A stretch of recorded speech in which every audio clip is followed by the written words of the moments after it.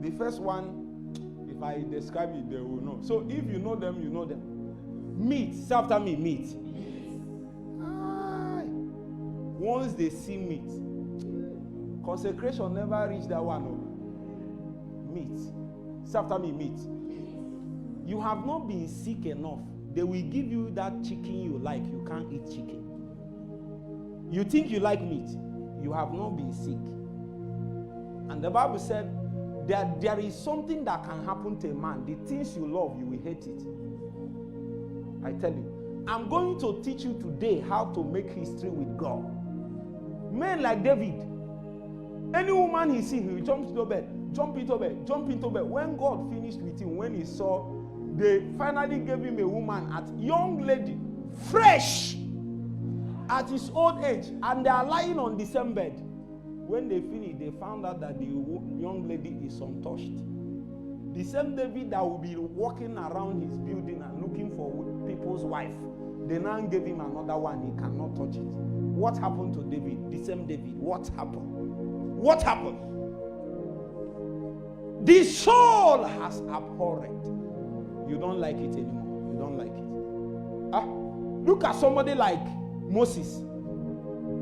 When his calling came, he came out and said, don't you know that I'm the one that is supposed to say? When they finished, when he came back from Midian, God was the one begging him and saying, Moses, I'm calling you. He said, God, you see, I can't do this. Oh. Me, I'm telling you I can't do this. God said, this time you are saying you can't is when you are qualified. I have found out many times that when you think you can, you are not ready yet.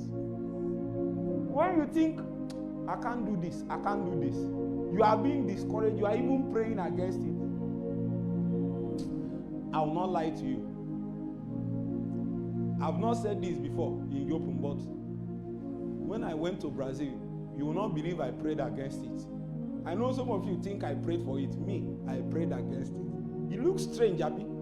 Because I looked at it. I said, make it not be say person one enter door way. Show me they get the thing. I prayed. Do you know the thing? As the more I'm praying, the more the process is fast tracked. There are some things delaying. When I say, God, if it's not your plan, I bind it, I cancel you by fire. My visa came out next week. Including me, I was tired. I was going there with a burden of insufficiency. I knew that if God doesn't help me, I was going there with much burden. I was on the aircraft. They ate first one, second one, even was trying to, people were collecting some other small thing for the third one. It's not fasting. This one has gone beyond fasting. My soul abhor it. The burden of my insufficiency, my need for God, what it takes to sustain what is already on our shoulders is so much that it is not a temptation for me to see food. It's not a temptation. It's not a temptation for you to tell me to stay awake in the night. The burden is much. You don't. The reason why some people sleep through the night, they can't fast, is because their soul still loves a lot of things. There is something that can happen to you, and sometimes God allows it to happen to you. Bad things. Then you will rise up the way you should have risen in the beginning. Many things that you are still toying with, some kind of life, some kind of liberty that you allowed yourself to have, you will cut it off and be angry. You will say, what has this thing done for me? You will go full length. See, let me tell you, for you to make certain measure of impact in things and destiny, you must decide to go full length. All this half length and half measure, you are a woman on fire, you are a slave queen, it doesn't help anybody. The day you decide to go full length, you will achieve it in record time. Meanwhile, if you want to be dancing a lantern with Jesus, he will be dancing with you. He will wait for you in 5 years. And many times, if he insists on your life, he will allow something to happen. When it happens, you say, God, where are you? Where are you? When you say, where are you? Say, I have always been here.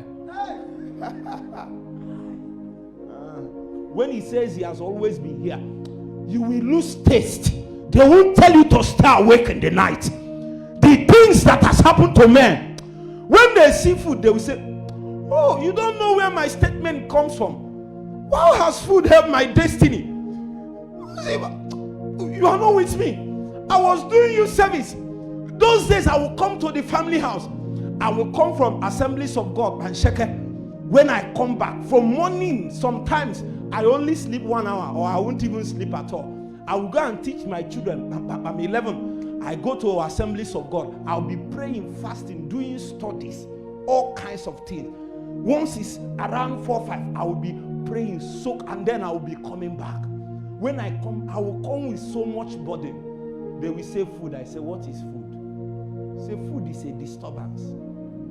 They look at me and say, who is this guy? What is this guy feeling like? And that if people has not felt like that concerning you, you are not doing anything tangible. People must feel like, what is this guy feeling like?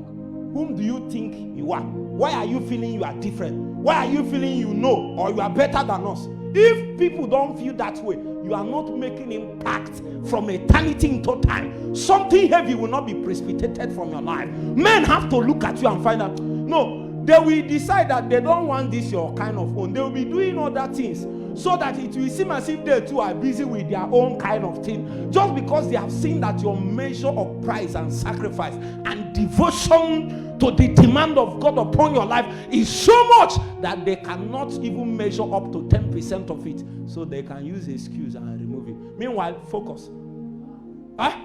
Focus. So when I told them that food is a burden, it's a disturbance, they felt, sometimes they even feel that you are proud, that you are, but you are just speaking from your realm. Where you are coming from, they are not sharing bread there. Where you are coming from, are you getting the point? There is a meal that you ate. Ooh, Skaba Sese Faika.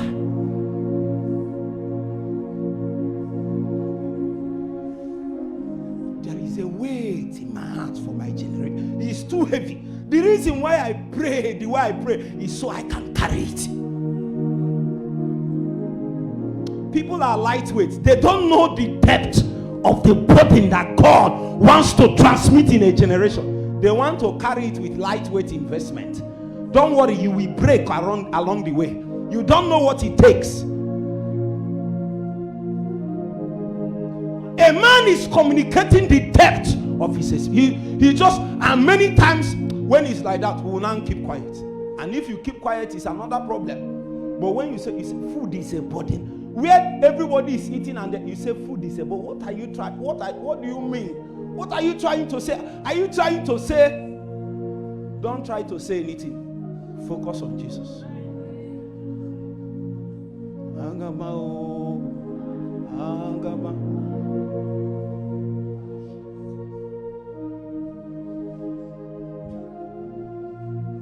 When you labor on that line after some time, including your parents, your father and mother, they will come and bow to your star. Like Joseph. What seemed as if it was suffering, God sent you ahead so that you can save your family. There is a danger coming. And he saw it. He sent you ahead. You passed through slavery. They sold you. But yet, God sent you ahead because of your brothers. You are a Joseph. You are a Joseph. You are a Joseph. Don't hold it against your brothers, your family. Because you are a Joseph. You are sent ahead. So when you come and tell them the things you have seen, they will say, what do you mean? You like this? You mean, don't answer you mean. The answer to you mean is to focus on Jesus and keep laboring. Keep laboring. Keep laboring. Keep laboring. Keep laboring until your soul abhors dainty meat, until it abhors certain relationships, until it abhors certain pleasure, until it abhors the things that people chase. They will present it to you. They told Moses, come and do ministry. He said, I cannot. When they told, he said, I can't talk. This is a man that is trained in the courts of Pharaoh. He has been trained in the ordinances and protocols of royalty. These are the things he imbibed from his days. The days he was a youth, he knew how to carry himself in elegance. Such a man has been trained. But when the demand of destiny came, he found out what he learned in school cannot survive. The house of Pharaoh cannot carry it. For 40 years. After 40 years, he came and God said, I want to send you to Pharaoh.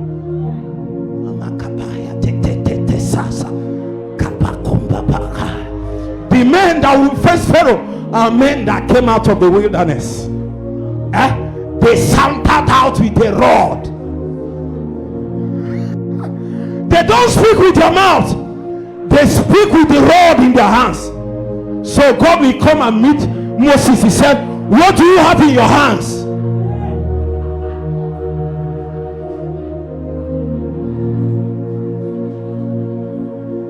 What do you have in your hands? For in the days of your wilderness, you learned how to wield the power that can divide the Red Sea. But men are not seeing it. But it doesn't matter. We will stay.